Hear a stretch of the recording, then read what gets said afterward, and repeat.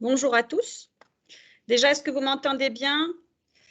J'espère que le son est bon. Oui, parfaitement, Kenza. Parfait, merci beaucoup. Alors, bienvenue à tous les participants, à tous les participants à ce webinaire, dont l'objet est justement la restitution des résultats de l'enquête que nous avons réalisée en janvier-février sur les priorités des directions contrôle de gestion au Maroc en 2022.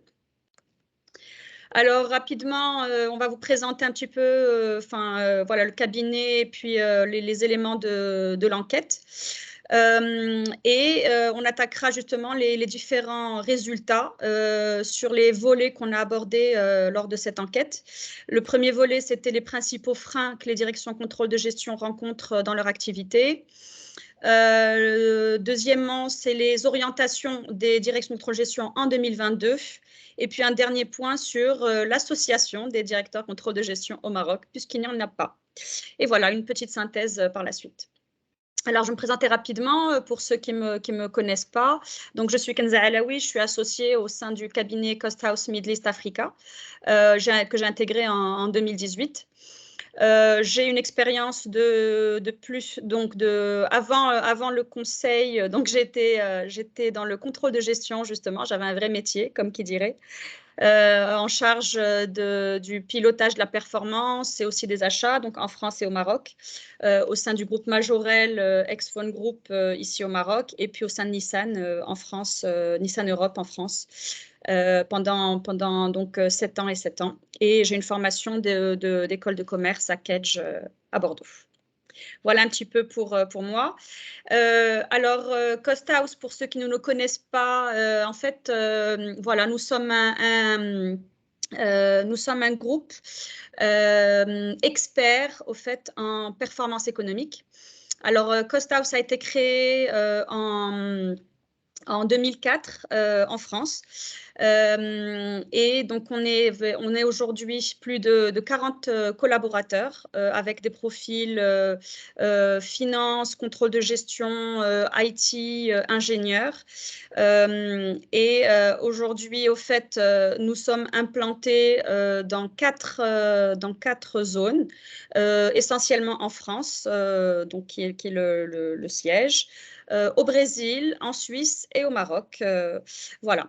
Alors aujourd'hui, le groupe réalise plus de 7 millions d'euros de chiffre d'affaires consolidé avec une croissance moyenne de 10%.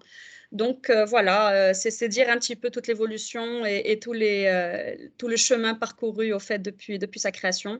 Depuis le début, justement, on a réalisé plus de 1000 missions de conseil consolidées et avec une référence de plus de 300 clients sur le volet conseil. Alors, qu'est-ce que fait Cost House? On fait essentiellement de l'ingénierie de coûts. C'est quoi l'ingénierie? C'est d'abord comprendre ses coûts. La première marche en fait de la performance économique, c'est de comprendre ses coûts. Donc, au-delà de la comptabilité générale, qui est justement le basique on va dire, légale et fiscale de toutes les entreprises, la comptabilité analytique, la comptabilité de gestion est primordiale justement pour comprendre ses coûts, pour analyser. Donc, c'est notre première prérogative. Et nous sommes aussi spécialistes justement de la comptabilité analytique de type ABC, Activity Based Costing, voilà, qui est largement déployé dans bon nombre d'entreprises et chez nos clients. Le deuxième pavé, c'est les chantiers de compétitivité. Donc, une fois qu'on a compris, qu'on a analysé nos coûts, on va lancer justement des chantiers de compétitivité pour optimiser nos coûts à travers des démarches d'achat, des démarches de lean, des démarches de benchmark aussi, puisque ça fait partie justement des éléments d'optimisation, des benchmarks internes ou des benchmarks externes. Et enfin, le dernier volet, ça sera les simulations économiques. Une fois qu'on a compris notre situation, nos coûts, notre performance, on va venir se projeter au fait sur le budget, sur le plan stratégique, pour pouvoir voir où on va se situer dans quelques années, d'un point de vue performance, d'un point de vue résultat, chiffre d'affaires, coûts, etc., analyse de rentabilité. Voilà, donc nous sommes sur le volet benchmark que j'évoquais tout à l'heure, nous sommes partenaires du CIGREF en France, qui est le club des directeurs des systèmes d'information, qui regroupe plus de 70 DSI en France, avec lequel nous avons réalisé un référentiel pour les directions informatiques, un référentiel standard qui nous permet justement de nous benchmarker sur nos coûts IT. Il y a aussi un référentiel qu'on utilise et avec qui on travaille beaucoup. C'est le référentiel du DFCG, qui est le club des directeurs financiers de la gestion de France. De la même manière, il y a un référentiel sur les fonctions support ou les fonctions transverses sur lesquelles on se repose pour justement analyser nos coûts des directions support. Voilà un petit peu pour nos offres, pour nos prérogatives. Nous avons aussi un volet Digital House où nous avons des outils, donc Valopsia, qui est notre outil interne développé par le groupe, Valopsia ABC pour l'Activity-Based Costing, Valopsia CER pour le costing paramétrique industriel essentiellement, mais ça peut s'utiliser dans les services également. Valopsia PSA pour le pilotage des activités de services notamment. Triskel, notre partenaire de Project Portfolio Management, avec qui justement on travaille pour déployer des projets de mise en place donc de PPM. Hype pour le volet innovation, Toucan Toco, notre partenaire sur la data storytelling, data visualisation. Aujourd'hui, c'est un outil qui est utilisé, qui est très utilisé dans le monde, notamment au sein du gouvernement français, par exemple. Emmanuel Macron utilise Toucan Toco pour présenter ses résultats. Et puis Sandbox avec notre partenaire ELE pour le software asset management. Et Corecentric sur le volet achat. Nous avons aussi un volet Talent House sur la formation. Nous réalisons aussi des formations dans le cadre de nos missions ou même en dehors. Et nous aidons aussi un petit peu les entreprises dans le recrutement. Voilà un petit peu pour le groupe. J'espère que je n'ai pas été trop longue sur ça. Alors, par rapport à notre enquête, donc, nous avons jugé justement intéressant de voir où se situe aujourd'hui le Maroc et la profession des contrôles de gestion ou le pilotage de la performance dans ce contexte. Dans ce contexte crise, je dirais même pas post-crise, on n'y est pas encore, quelles sont justement nos orientations sur 2022. Après, bon, on pourrait se projeter aussi même plus, même un peu plus loin. Alors, est-ce qu'on peut parler aujourd'hui de business partnership 4.0 au Maroc? Est-ce qu'on y est? On n'y est pas encore? Quand est-ce qu'on y sera? Donc, avec justement ce contexte de crise, on se rend compte effectivement que là, dans le cadre de nos missions, que beaucoup de clients ont besoin d'avoir l'information tout de suite et l'information juste, exhaustive, pour pouvoir justement prendre les décisions rapidement. Donc, il va de soi que le contrôle de gestion, c'est une fonction centrale au sein de l'entreprise. Je pense que ça, tout le monde le sait, hein, il n'y a pas de débat, il n'y a pas de sujet là-dessus. Maintenant, c'est justement comment se structure cette fonction. Est-ce qu'elle a les bons outils pour faire le travail et pour répondre justement aux exigences de l'entreprise, des métiers, de la direction générale, pour l'aider justement à prendre ses décisions.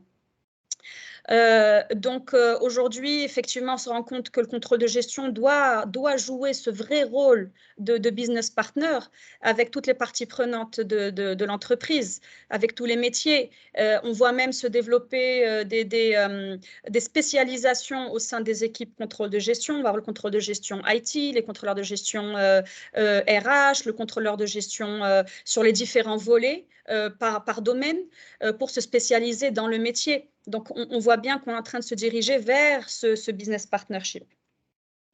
Alors, maintenant, quelles sont justement ces orientations? Donc, nous, on a lancé cette enquête.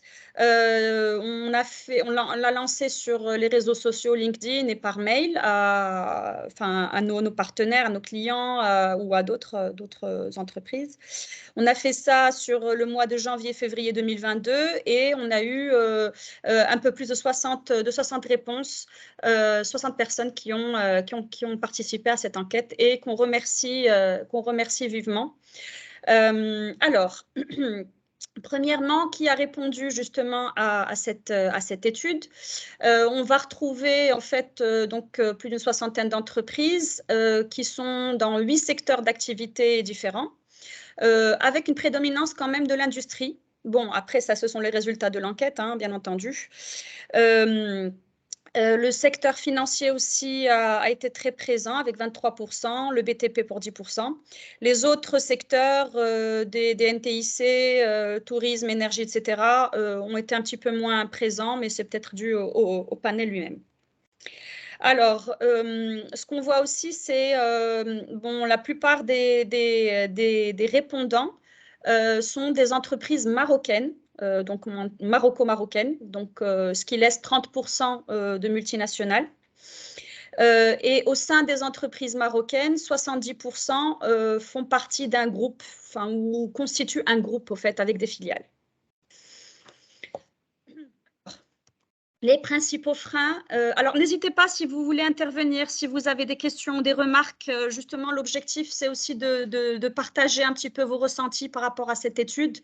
N'hésitez pas à intervenir. C'est très intéressant d'avoir des débats justement sur ces questions-là. Donc, n'hésitez pas à prendre la parole. Alors, première question, quels sont les principaux freins que les directions contrôle de gestion rencontrent dans leur activité? Alors, le principal frein, de loin, c'est justement le caractère manuel des traitements. On voit effectivement beaucoup encore d'entreprises qui vont travailler sur beaucoup de fichiers Excel à droite, à gauche, dans tous les sens, et qui fait que justement, il y a beaucoup de manuels, voire même des fois du papier. Il y a encore du papier qui circule. Nous, on le voit des fois. Donc, les contrôleurs de gestion, bien sûr, se plaignent de ce caractère manuel parce que derrière, ils se retrouvent à justement devoir traiter toutes ces informations-là, à les restructurer et avec le risque, bien sûr, que ça soit le risque d'erreur que ça peut engendrer. Le deuxième frein, c'est la maturité des fonctions métiers. Alors, effectivement, ça aussi, nous, on le voit au fait dans nos missions. Aujourd'hui, le contrôleur de gestion, bien sûr, c'est un financier qui maîtrise ses process, qui maîtrise les éléments, les concepts financiers de pilotage.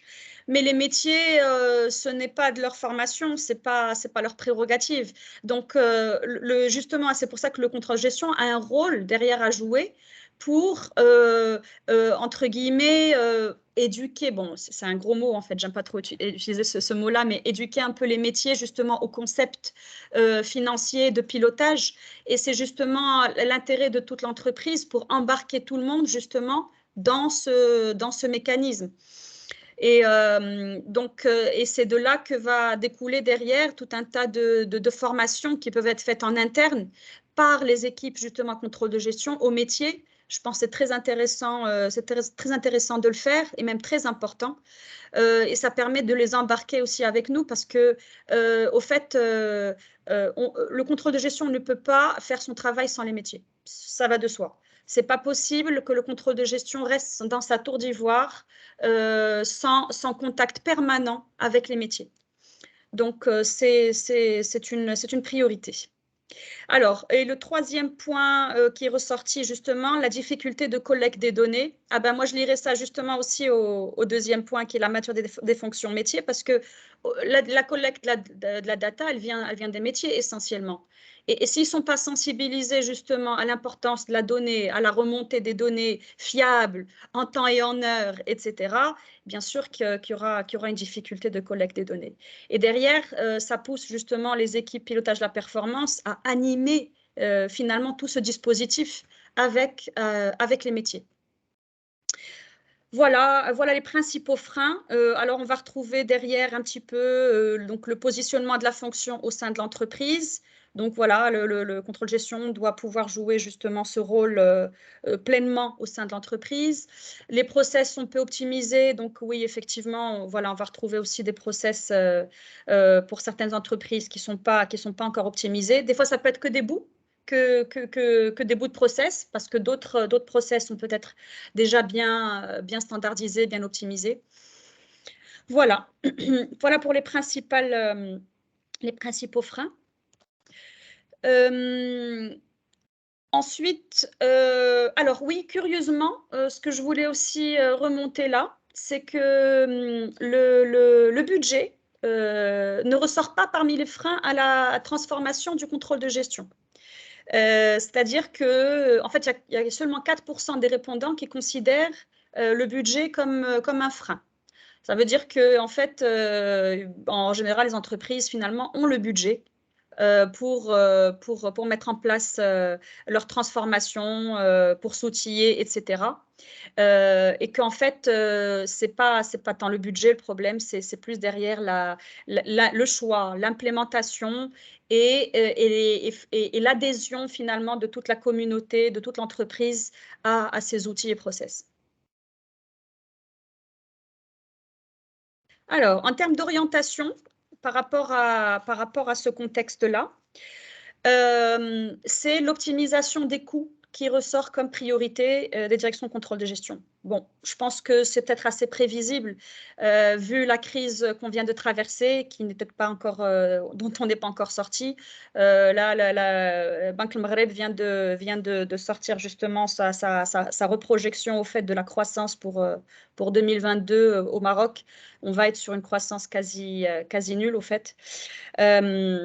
Et peut-être avec un rebond sur 2023 de l'ordre de 4,5%, on l'espère. Donc c'est sûr que cette sortie de crise, voilà, cette crise a un petit peu ébranlé justement les entreprises. Donc les entreprises cherchent justement à optimiser leurs coûts. Donc c'est ce qui est ressorti en premier avec 33%. En deuxième lieu, c'est la digitalisation des process.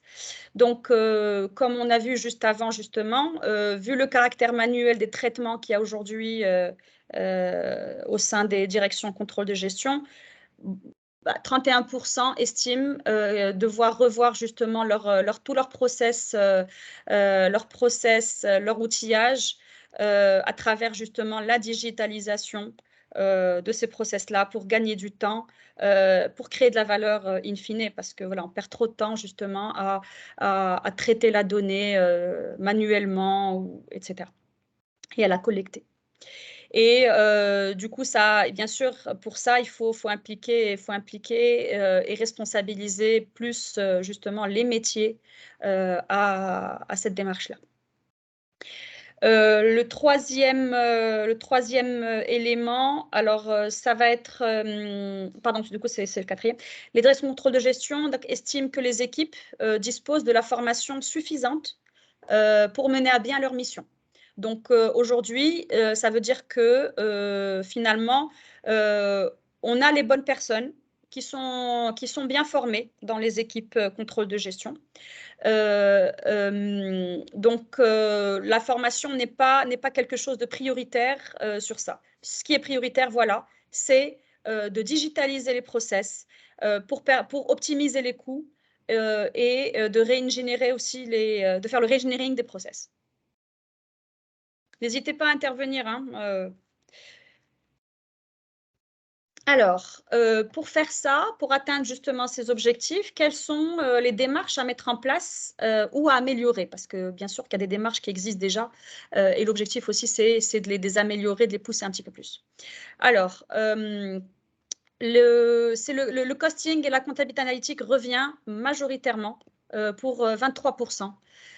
C'est dire que finalement, en fait, voilà, les entreprises ont besoin d'optimiser ou de mettre en place leur costing et leur comptabilité analytique justement pour avoir cette lecture, cette visualisation des coûts et des reporting, des rentabilités donc par produit, par service, par activité au sein des entreprises. Sans ça, c'est sûr qu'on ne pourra pas déjà c'est une des premières marches aussi de la performance, c'est justement de comprendre ses coûts. C'est ce que je disais un petit peu en préambule.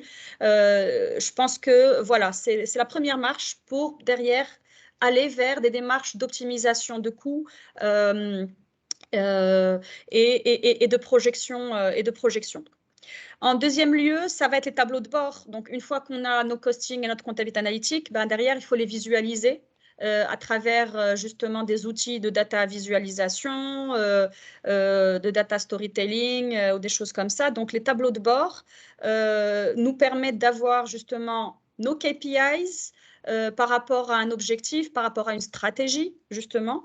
Et aujourd'hui, je pense que la data, elle est là, elle est un peu dispatchée un petit peu partout. Mais ce qui est important, c'est justement de la rendre lisible, visible aux décideurs et aux parties prenantes. Donc, la structuration des tableaux de bord est fondamentale pour toute entreprise d'ailleurs. En troisième lieu, ça va être le contrôle budgétaire et c'est en lien aussi avec ce qu'on vient de voir juste avant par rapport à l'optimisation des coûts. Donc, il faut qu'on ait un budget qui soit assez précis pour qu'on puisse derrière faire notre contrôle budgétaire des dépenses au cours de l'année, le suivi des projets qui va avec, etc. Donc, tout ça corrobore finalement ce qu'on vient de voir par rapport aux freins et par rapport aux objectifs de 2022. Voilà, on va retrouver donc la planification budgétaire aussi un petit peu, le forecast un petit peu moins. Voilà. Mais ce qu'on peut aussi noter par rapport à des études qui ont été faites côté Europe avec le DFCG par exemple ou côté États-Unis, c'est que on a quand même un petit train de retard par rapport à justement à nos homologues européens ou anglo-saxons, où déjà eux ils sont plus sur ils sont sur la digitalisation des outils et data visualisation aussi, mais moins sur costing, comptabilité analytique, contrôle budgétaire, par exemple. Ça, c'est des choses qui sont déjà assez rodées chez eux. Donc, on va la retrouver beaucoup moins dans leurs études. Alors, en termes de projets informatiques, parce que effectivement le digital, on a compris, et les outils sont le principal objectif au fait pour 2022. Quels sont donc ces projets informatiques? On va retrouver l'ERP, qui est le principal outil que les directions contrôle de gestion veulent mettre en place. Avec 38% de réponses. Et ça rejoint finalement ça rejoint toute la question justement de centraliser la data au sein justement des ERP et pour l'avoir justement de bout en bout sur tout le process métier. En deuxième lieu, on va retrouver la data visualisation et data storytelling. Justement pour visualiser ces éléments-là de manière digeste et de manière claire et transparente. En troisième lieu, on va retrouver les outils de costing pour 13-14%, en lien justement avec le développement justement de la comptabilité analytique et du costing qu'on a vu précédemment. Les outils de simulation économique, un petit peu, pour 10%. Voilà. Donc, voilà les principaux outils et projets informatiques que les directions envisagent en tout cas de mettre en place en 2022. Et c'est vrai qu'on voit quand même un certain nombre d'entreprises qui sont en train de lancer ça. Disons que ça a commencé même un petit peu avant la crise, mais ça s'accélère un petit peu plus maintenant.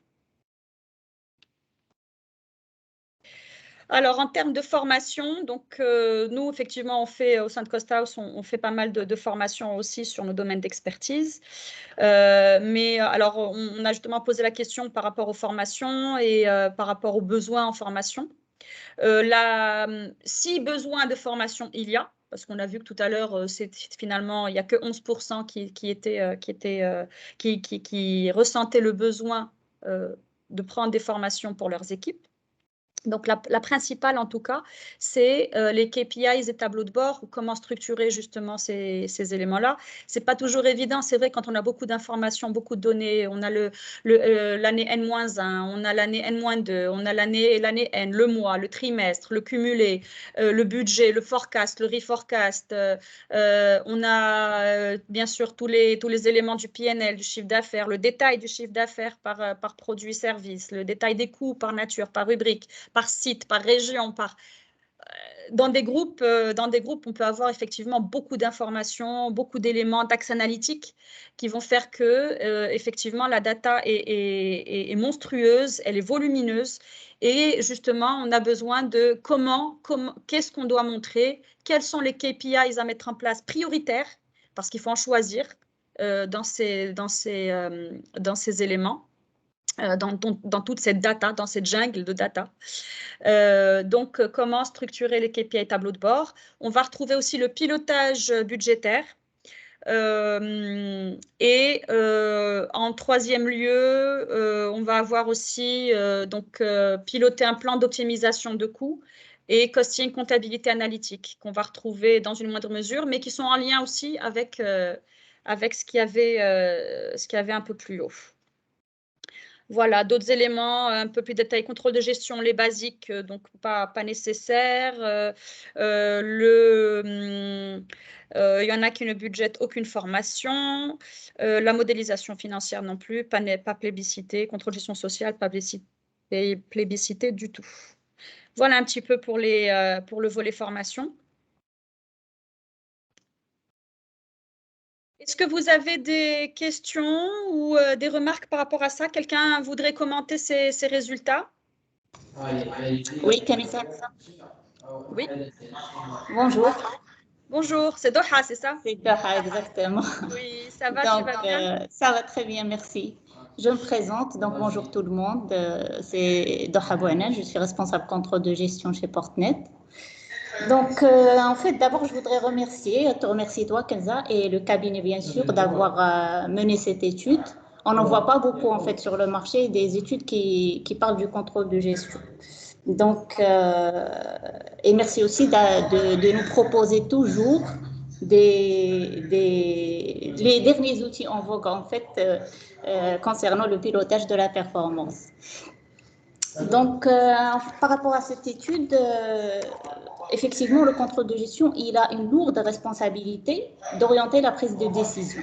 Et ceci doit être en fait basé sur des données justes, bien documentées.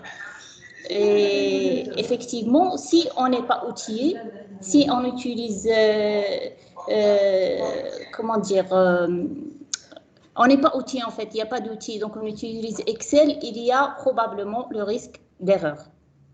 C'est pour cela que le contrôle de gestion, il a besoin d'outils en fait d'analyse, d'outils de reporting, d'interprétation qui puissent l'aider à faire son travail. Et on sait tous que en contrôle de gestion, on manipule beaucoup de données, comme tu as dit tout à l'heure, beaucoup de données qui viennent de différents systèmes d'information. Donc, l'outillage, il est primordial. Et comme l'enquête l'a démontré, c'est le premier élément sur lequel le contrôle de gestion présente l'étude en fait. Donc, par rapport à la formation, c'est clair que le contrôle de gestion, le contrôleur de gestion, il doit être formé sur son métier, ça c'est clair. Mais aussi, comme il analyse des données, en fait, l'activité de la société, il doit être formé aussi sur l'activité de la société. Par exemple, si je suis dans une société qui fait de la gestion de projets, des projets en agile, etc., il faut savoir ce que c'est. Il faut que je sois formée sur ce que c'est que la gestion de projet, ce que c'est que la méthode agile, etc. Donc ça, c'est en fait la pertinence de son analyse, elle dépend de la connaissance parfaite de l'activité de la société. Donc, en plus de ce que vous avez mis là, donc tout ce qui est outils du contrôle de gestion, ça c'est clair qu'il doit être formé sur ça. Voilà, donc je voulais juste intervenir par rapport à ces 2 points et je te laisse continuer, bien sûr, pour l'association. On demande bien sûr qu'il y ait une association de contrôle de gestion, donc il est en fait intéressant de bénéficier d'un réseau d'échange des outils, de participer à la construction ensemble avec les autres membres d'une association. Je te laisse parler de ça. Parfait. Alors, merci beaucoup, Doha. Effectivement, par rapport aux formations, je te rejoins parfaitement. Et c'est vrai que c'est un élément fondamental, c'est la compréhension du métier. Donc, comme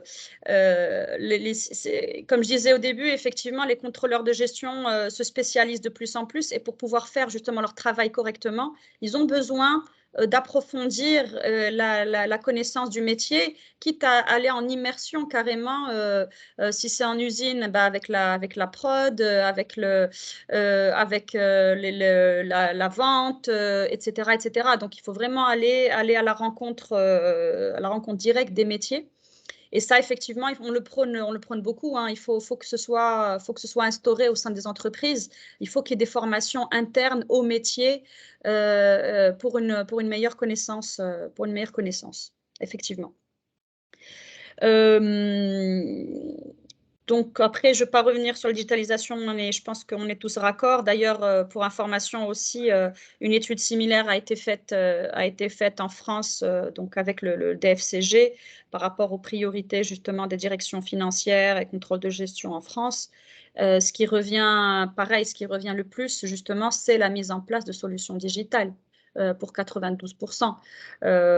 Donc, on va retrouver en France, par contre aussi, c'est l'évolution des compétences, parce que ce qu'ils disent, c'est qu'il y a quand même une évolution au fait des outils, des manières de faire, de travailler. Et que voilà, et qu'il faut s'adapter aussi même à ces outils, à notre contexte. On est beaucoup plus dans du digital justement, mais par rapport à tout le contexte au fait. Et donc, les directions financières, contrôle de gestion demandent aussi une évolution des compétences. Donc, ça, on le retrouve plus en France qu'ici. Ils sont conscients qu'il faut évoluer de ce côté-là.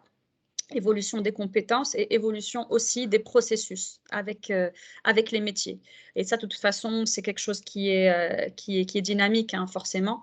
On doit pouvoir s'adapter et évoluer avec nos outils, avec nos métiers, donc tant nos compétences que nos processus.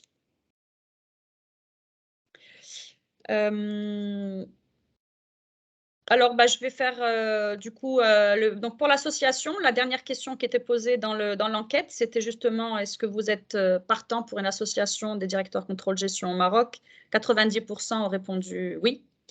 Et au sein des oui, il y a 73% qui sont disposés justement à participer.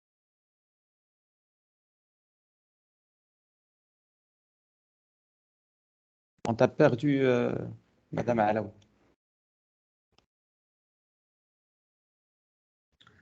Ton micro, je pense qu'il est coupé, Kenza.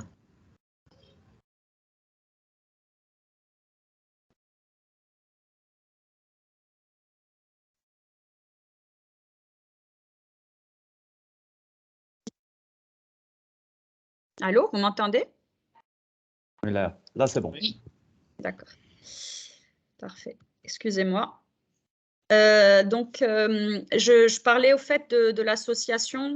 Donc, est-ce qu'on est partisan d'une association, de créer une association des directeurs contrôle gestion au Maroc? Donc, 90% des répondants sont favorables. Et au sein des 90%, 73% sont disposés à participer et à l'animation justement de cette association. Donc aujourd'hui, elle n'existe pas. Je pense qu'il y a eu quelques tentatives, mais voilà, ça n'a pas. Aujourd'hui, il y a l'association, il y a l'AMCA, côté achat, qui est très active et qui commence à croître aussi même en Afrique, en Tunisie, en Côte d'Ivoire, je crois, au Sénégal, des choses comme ça.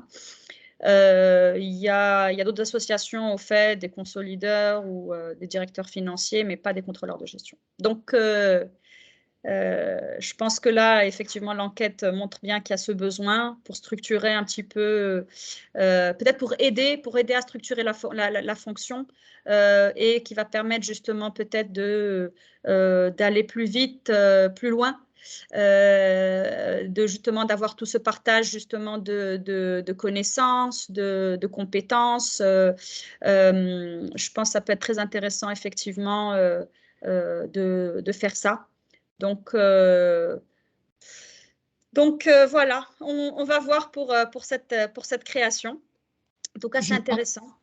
Je pense, Kenza, qu'il y a Monsieur Hamid qui souhaiterait prendre la parole. Oui, bien sûr. Allez-y, monsieur. Oui. Oui, salam alaikum. Alaykoum salam. Bonjour tout le monde. Par rapport à la partie association, je me présente Hamid Khouloud, directeur contrôle-gestion FCOPAC. Déjà, le secteur de l'agroalimentaire par rapport à la répartition, a priori, ça n'existe pas la répartition du Kintidersi, madame. En fait, on l'a mis dans l'industrie, selon le référentiel au fait du ministère de l'économie, c'est dans l'industrie. Très bien. Sinon, pour revenir à l'association, dans une autre vie. Allô? Votre micro, monsieur.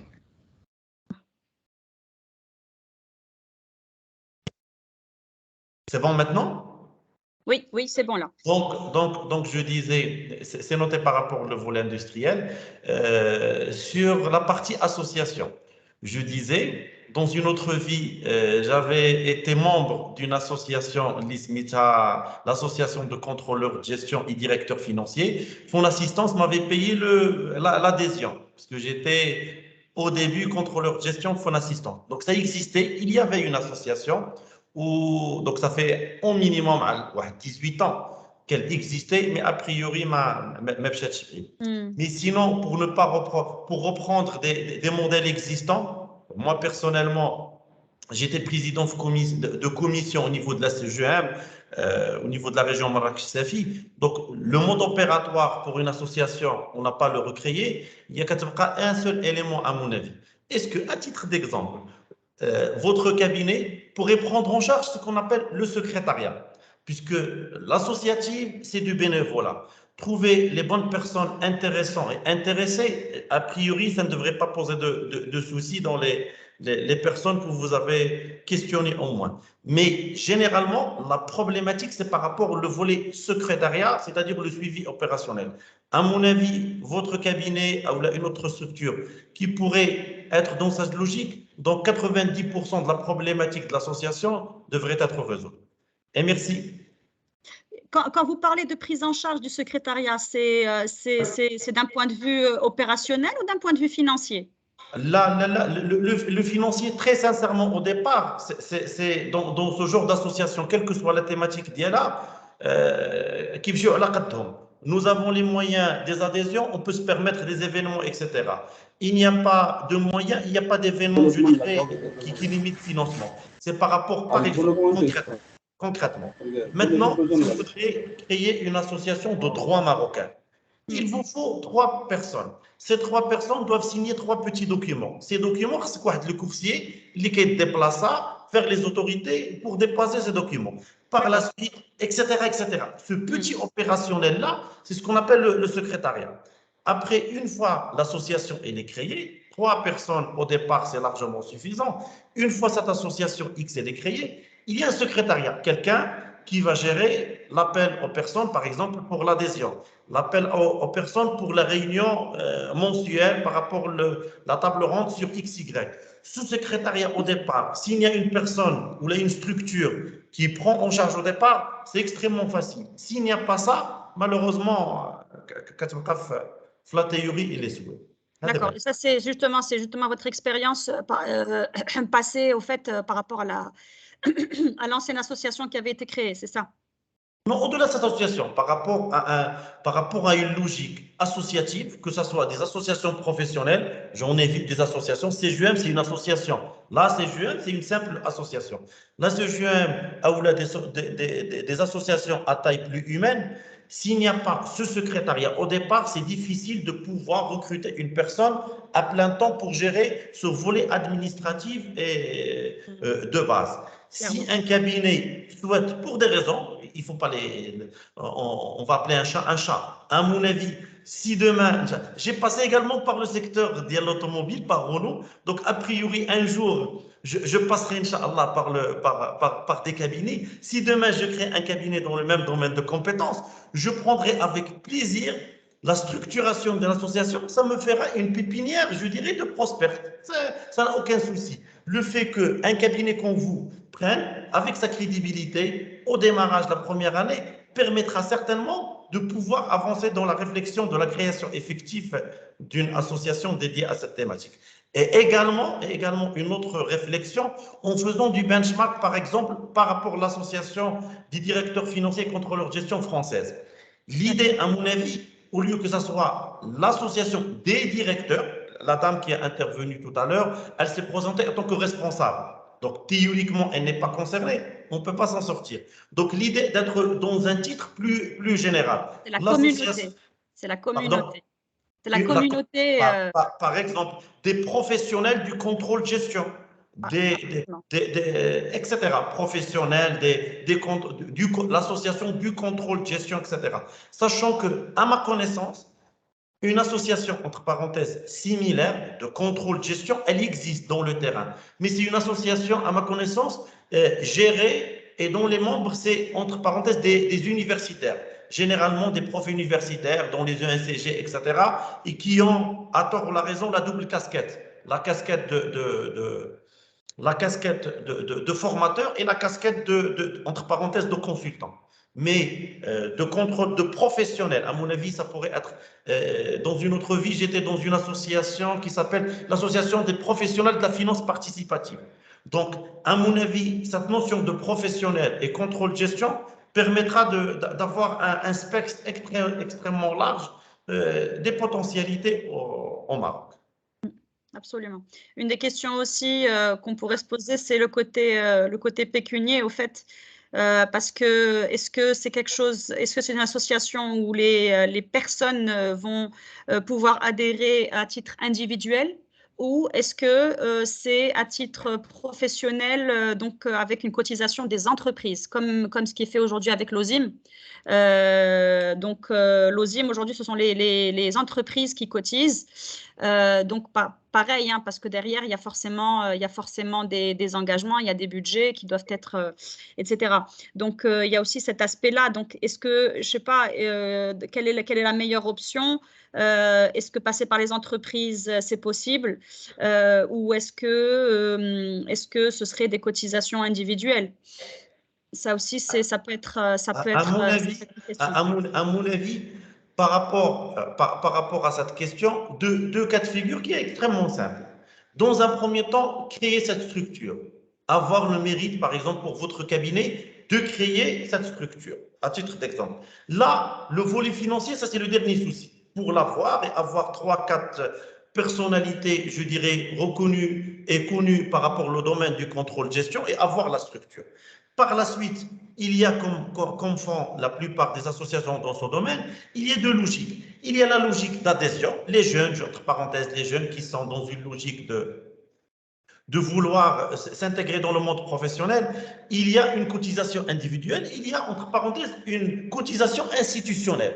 Puisque également, si vous donnez l'exemple de nos amis des SI, ils sont dans une logique, comment dirais-je, une logique d'un petit groupe restreint puisque si on est uniquement dans les sociétés, comme vous le savez, l'intérêt pour une société de cotiser, même la CGM, elle galère pour pouvoir avoir des PME au niveau dans son écosystème et pour pouvoir avoir des cotisations, même si elles ne sont pas exceptionnelles. Pour information, c'est même pas 3000 dirhams.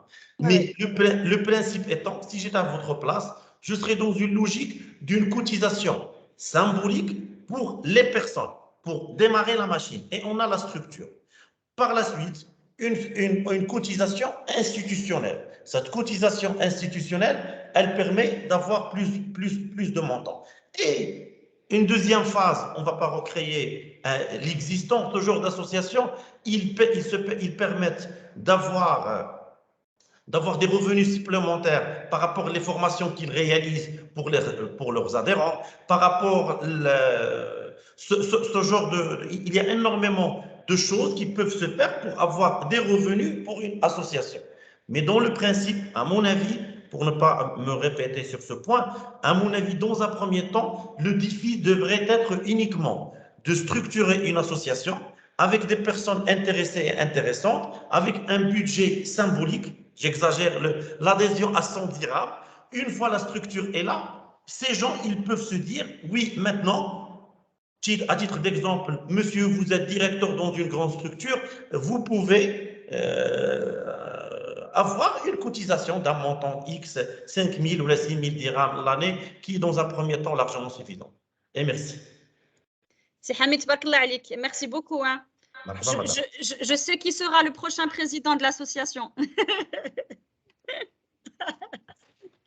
On vous attend plus là.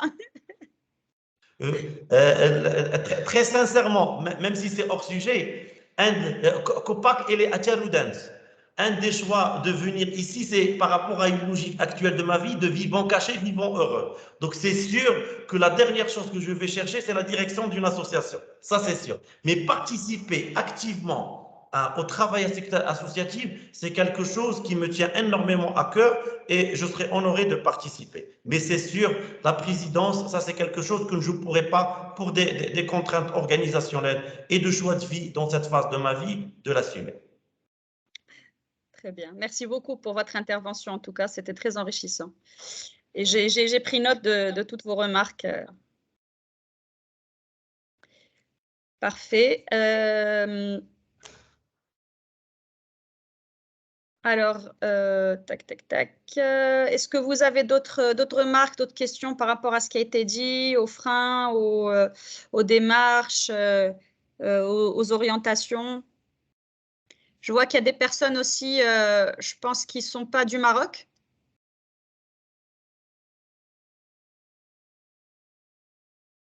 Est-ce que c'est des problématiques que vous rencontrez aussi de votre côté?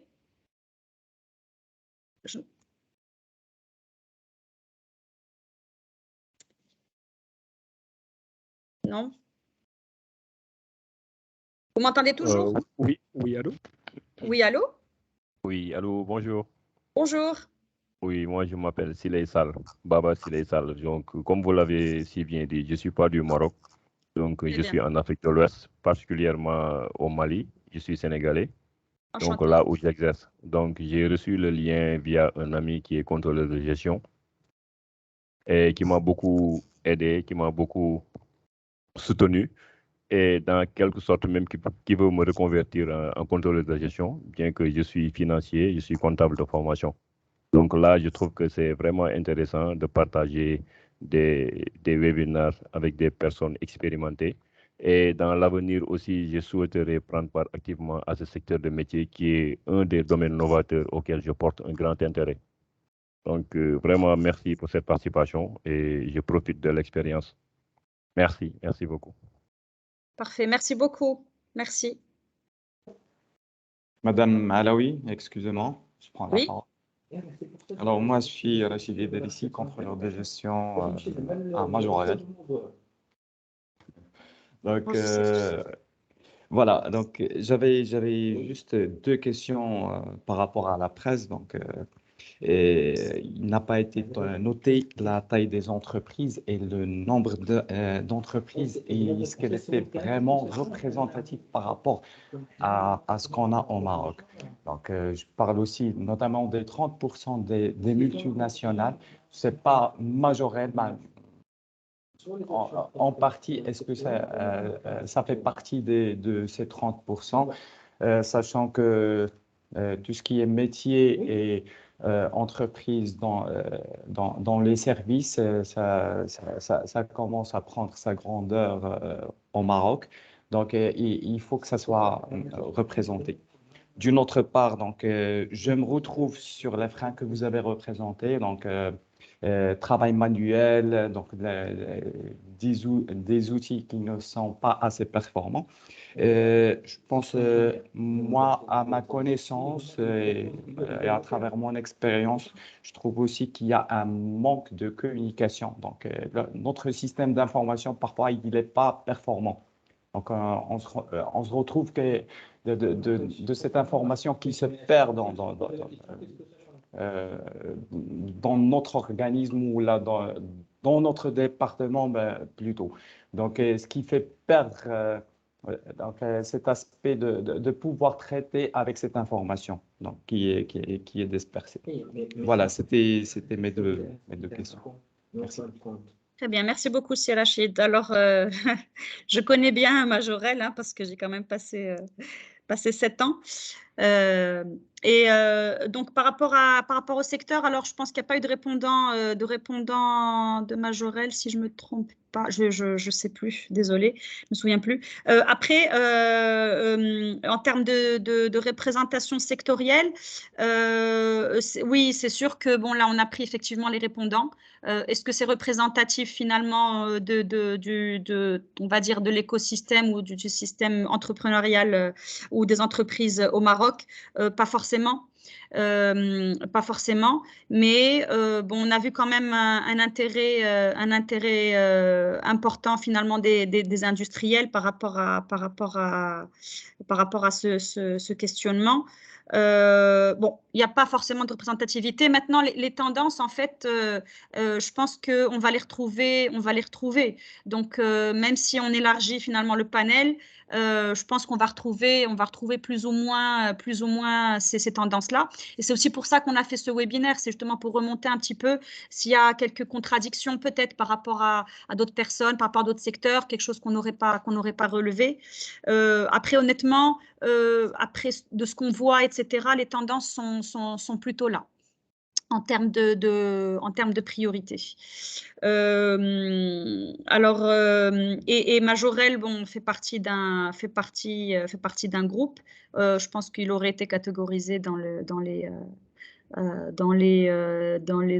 ouais, multinationales. Oui, c'est compliqué de le mettre parce que finance, service, même si à la base c'est une entreprise marocaine. Donc c'est la base même. Très bien. Merci beaucoup pour votre intervention. Et c'est vrai que par rapport au deuxième point des outils, quand bien même des fois, effectivement, on a des outils aujourd'hui qui sont mis en place et qui tournent, des fois, on se rend compte qu'ils vont couvrir qu'un périmètre ou qui ne sont pas finalement si performants qu'on le souhaiterait. Et c'est là où on va chercher après à les étoffer, à les développer ou à en chercher un autre finalement qui soit plus performant. Donc, je vous rejoins par rapport à ça. Merci il va beaucoup. bien, Pop, il va bien? Oui, très bien. Il bosse encore. Oui, je sais bien. Super. Très bien. Est-ce que vous avez d'autres questions ou remarques?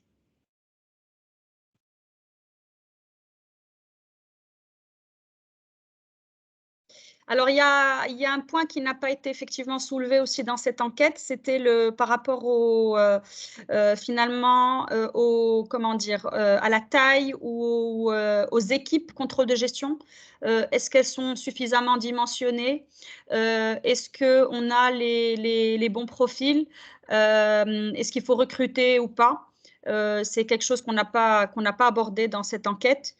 Je ne sais pas, peut-être que quelqu'un voudrait intervenir par rapport à ça. Est-ce que dans vos entreprises, c'est quelque chose qui pose problème aujourd'hui, qui est en termes de recrutement, en termes de turnover peut-être aussi? Bon, les compétences, je pense, on les a vues, mais en termes de taille, est-ce qu'il faut recruter plus? Est-ce que c'est les bonnes tailles, etc.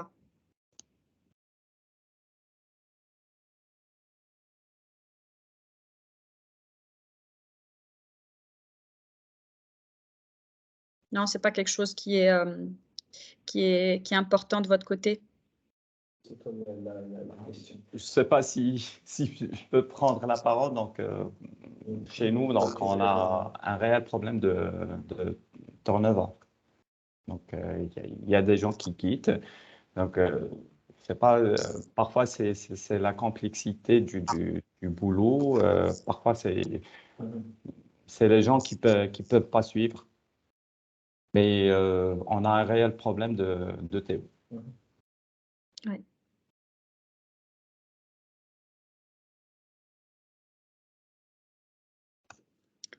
Très bien. Si quelqu'un veut intervenir aussi, compléter. Bonjour madame. Bonjour. Oui, moi je réside en Côte d'Ivoire. J'ai eu le lien également par un collègue qui est contrôleur de gestion. Sinon, moi je suis responsable financier d'un hôtel en Côte d'Ivoire. Alors, le contrôle est devenu un élément quand même très, très important dans tous les secteurs, surtout dans l'hôtellerie. On ne le voit pas tout de suite, mais réellement, c'est un volet qu'il faut forcément aborder. Et au niveau de l'effectif, moi, ça m'interpelle un peu parce que l'hôtel que moi je gère actuellement, en matière de contrôle, j'ai l'impression que l'effectif est minimisé.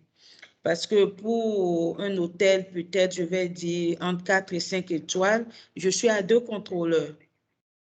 Et je me dis, ils n'ont pas toujours le temps de vérifier tous les volets en une journée ou même à la fin du mois. Mais bon, la hiérarchie trouve que, bon, normalement, c'est suffisant et qu'il faut peut-être même un seul contrôleur. Bon, je ne sais pas, quel est votre apport, quel est votre opinion par rapport à ce sujet? Parce que pour moi, je me dis, ça reste à vérifier, à revoir. Donc, Oui, c'est ça ma préoccupation. Merci. Oui. Donc, par rapport à ce point, effectivement, pour le recrutement, donc, je trouve que le contrôle de gestion, il est moins loti. Par rapport à une direction financière où on trouve beaucoup de collaborateurs. Moi, j'ai eu à travailler dans une boîte où il y avait 800 salariés. On avait une direction contrôle de gestion avec un seul collaborateur. Il y a le directeur et un seul collaborateur pour je ne sais pas combien de filiales. On avait 20 ou je ne sais pas combien.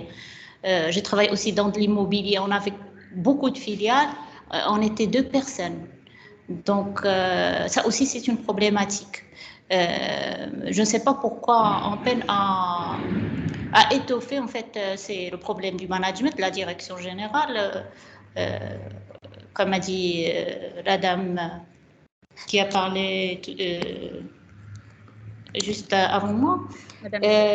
Oui, donc il trouve que c'est pas normal d'avoir une direction avec beaucoup de personnes qui gèrent le contrôle de gestion. Pour eux, c'est suffisant d'avoir 1 ou 2 personnes. Et c'est pas possible, c'est pas possible. Nous, on fait appel à Portnet, comme tu le sais, on fait appel à un prestataire.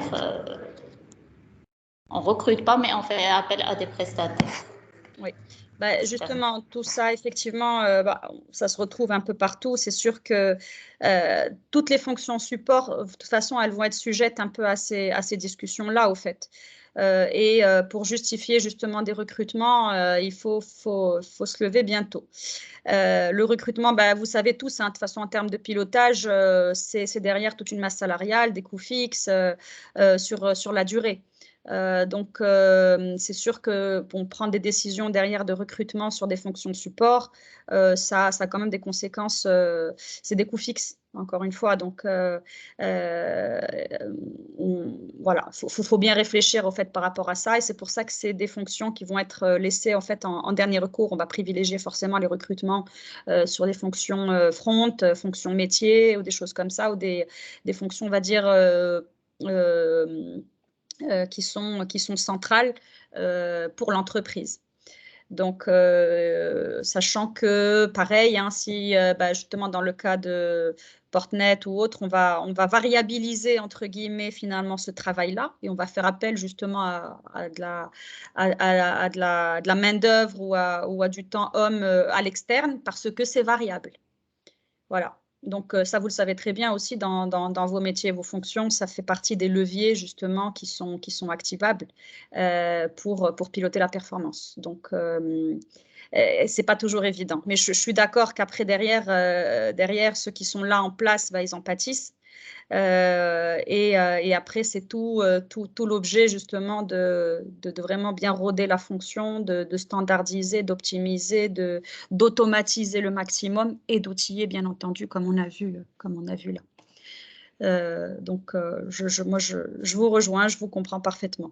Après, Madame Nadège, pour répondre aussi à votre point, en termes de… Alors, il existe des ratios hein, qu'on peut benchmarker par secteur ou des choses comme ça, même pas forcément, par rapport au nombre de contrôleurs de gestion dans une entreprise, de X taille, etc., ou par rapport à un nombre de salariés.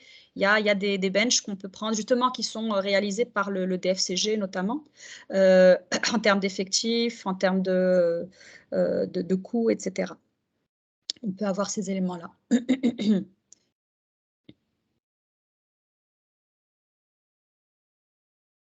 Deux contrôleurs de gestion pour votre hôtel. Après, je ne sais pas quelle est la taille de votre hôtel aussi. Mais à voir, hein, à voir. À voir si c'est le bon benchmark.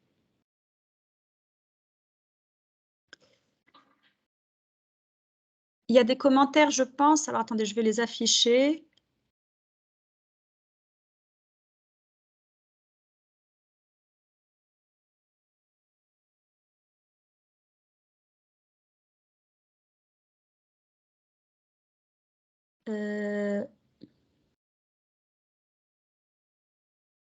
Ah oui, alors attendez. Oh là là, il y a eu beaucoup de commentaires. Alors, est-ce que vous allez recevoir une copie de la présentation? Oui, absolument, bien entendu. C'est déjà répondu, d'accord. Très difficile de trouver un stage en contrôle de gestion. D'accord, oui. Bon, ben, après, effectivement, je pense qu'il y a les réseaux sociaux qui peuvent aider et les contacts. Mais je suis d'accord que, bon, c'est pas toujours évident et il faut vraiment être patient, persévérant pour justement après pouvoir trouver chaussure à son pied. Serabé, vous êtes là, partant pour la création d'une association. D'accord. Oui, je suis bien là, mais juste que je suis à un endroit où il m'est difficile de prendre la parole. Donc, je D'accord. voulais juste vous remercier pour l'invitation et pour avoir mené l'enquête et fait le partage. Voilà, merci. Avec plaisir, Serabé. Merci beaucoup. Si Mohamed Saf, avec une expérience d'un an, d'accord. Donc, très bien. L'association, effectivement, l'association, je pense qu'elle a nul doute qu'elle a vraiment beaucoup d'avantages et beaucoup d'intérêt à bien des égards, et que ce soit pour les étudiants qui veulent trouver des opportunités. C'est vraiment un lieu d'échange pour tous les professionnels du contrôle de gestion, comme disait tout à l'heure Si Hamid, et je remercie beaucoup encore une fois pour l'intervention très riche par rapport à l'association. Parfait. Et Si Hamid, vous avez dit aussi par rapport à une confusion entre contrôleur dans l'hôtel et un contrôleur de gestion. D'accord. Après, c'est vrai que peut-être dans un hôtel, le contrôleur va avoir plusieurs casquettes, au fait. Ça va être à la fois un contrôleur interne, un contrôleur financier, un contrôleur de gestion, un comptable, un acheteur peut-être aussi. Qu'est-ce que vous voulez dire, si Hamid? Oui, oui, effectivement. Généralement, dans le secteur de l'hôtellerie, le contrôleur, il est plutôt dans l'opérationnel. D'accord? Donc, si on est dans un descriptif de poste, ce n'est pas. Et ça me rappelle, sans jugement de valeur, une des séances dans cette ancienne association de contrôleurs de gestion. Il y avait une table ronde sur la méthode ABC. Il y avait un intervenant, je me rappelle, de l'ONE. Il disait, oui, effectivement, nous faisons l'ABC et nous faisons la répartition du stock, le A, etc. Et vu l'âge de la personne en question, les gens, ils avaient trouvé un souci à lui expliquer, attention, on n'était pas en train de parler de l'ABC et de la gestion de stock. On est sur l'ABC, l'autre. Donc, des fois, la définition permet d'être, on est sur quel contrôleur des contrôleurs. Absolument, absolument. Je vous rejoins parfaitement et c'est vrai que c'est quelque chose qu'on retrouve beaucoup au fait chez nos clients, ce qu'on va appeler au fait le jargon commun au sein d'une entreprise. Je vais vous donner un exemple simple. Qu'est-ce qu'on appelle un client, par exemple, dans l'automobile? Le client, est-ce que c'est celui qui va rentrer dans le showroom et qui est un potentiel client? Ou est-ce que c'est celui qui va générer du chiffre d'affaires? Ou est-ce que c'est celui qui aura payé derrière, par exemple? Donc voilà, on peut avoir différentes notions en fonction de où est-ce qu'on se situe dans la chaîne, et c'est très important effectivement de bien mettre à plat toujours les définitions des éléments dont on parle. Je suis tout à fait d'accord. Alors, je vous propose rapidement de conclure. Je pense que tout le monde va aller peut-être déjeuner. Il est déjà 13h11. Alors, voilà, en synthèse par rapport à ces résultats. Voilà, les directions contrôle-gestion Maroc pâtissent beaucoup encore des traitements manuels des données. Alors qu'ils sont de plus en plus sollicités en fait par les directions en termes d'aide à la décision, on attend aussi beaucoup de rapidité, de flexibilité, d'anticipation aussi. Vraiment, ils doivent être après outillés pour ça et s'outiller à travers justement des bons outils de pilotage de la performance avec l'acquisition d'ERP en priorité pour avoir justement tous les éléments métiers de l'entreprise, d'outils BI en deuxième lieu, de business intelligence, justement pour concaténer cette data et la visualiser. Et comme on a vu aussi, donc après, ces solutions digitales, donc c'est le point majeur, mais si elles ne sont pas accompagnées d'une structuration aussi des process, avec les entités internes, d'une animation justement et d'une communication permanente avec ces entités internes, ce sera voué à l'échec. Donc, c'est absolument pas à dissocier. Donc, digitaliser, oui, et former, accompagner et les entités internes, les métiers, les parties prenantes de l'entreprise. Et c'est pour ça qu'on doit vraiment, vraiment parler de business partnership. Bon, je pense que le terme, on le retrouve de plus en plus ces dernières années par rapport à ça, mais c'est parce que c'est une réalité qui doit être appliquée aujourd'hui et pas juste rester dans son coin. Alors, par contre, comme on disait, je pense qu'en termes de maturité des directions contrôle de gestion au Maroc, il y a encore du chemin par rapport déjà à nos homologues au fait, voilà, en Europe ou ailleurs. On progresse bien ces dernières années. On voit quand même vraiment une accélération même. À l'ère du 4.0, hein, on parle beaucoup maintenant d'ailleurs de l'intelligence artificielle, comme vous savez, même de la RPA. On commence à voir, mais c'est embryonnaire, un petit peu de RPA dans justement nos process de pilotage de la performance, mais c'est vraiment epsilon. Déjà, moi, je pense qu'il faut commencer déjà par bien structurer les basiques, les fondamentaux du contrôle de gestion, du pilotage de la performance, avec du contrôle budgétaire, le costing, la comptabilité analytique. Une fois qu'on a bien eu tous ces fondements bien solides, derrière, on peut passer à des choses. Alors, ça passera peut-être aussi par encore un peu de manuel, peut-être encore pour un petit moment. Et c'est pas très grave en soi, en réalité. je pense qu'il y a des étapes à franchir. Et si on solidifie quand même déjà cette base-là de contrôle budgétaire, de costing, comptabilité analytique, derrière qu'on va outiller, et bah, c'est bon. Après, ça ouvre la porte à plein de choses. Donc, voilà, je vous remercie tous pour votre participation, pour vos interventions pertinentes. N'hésitez pas à nous solliciter. N'hésitez pas si vous avez des questions ou remarques post-webinaire. On est à disposition et voilà. J'espère que c'était enrichissant pour vous. Merci, Madame Alaoui. Très. Parfait. Merci beaucoup. Merci tout le monde. Merci tout le monde. Bon appétit. Bon appétit. Merci. Merci. Au revoir. À bientôt. Ciao.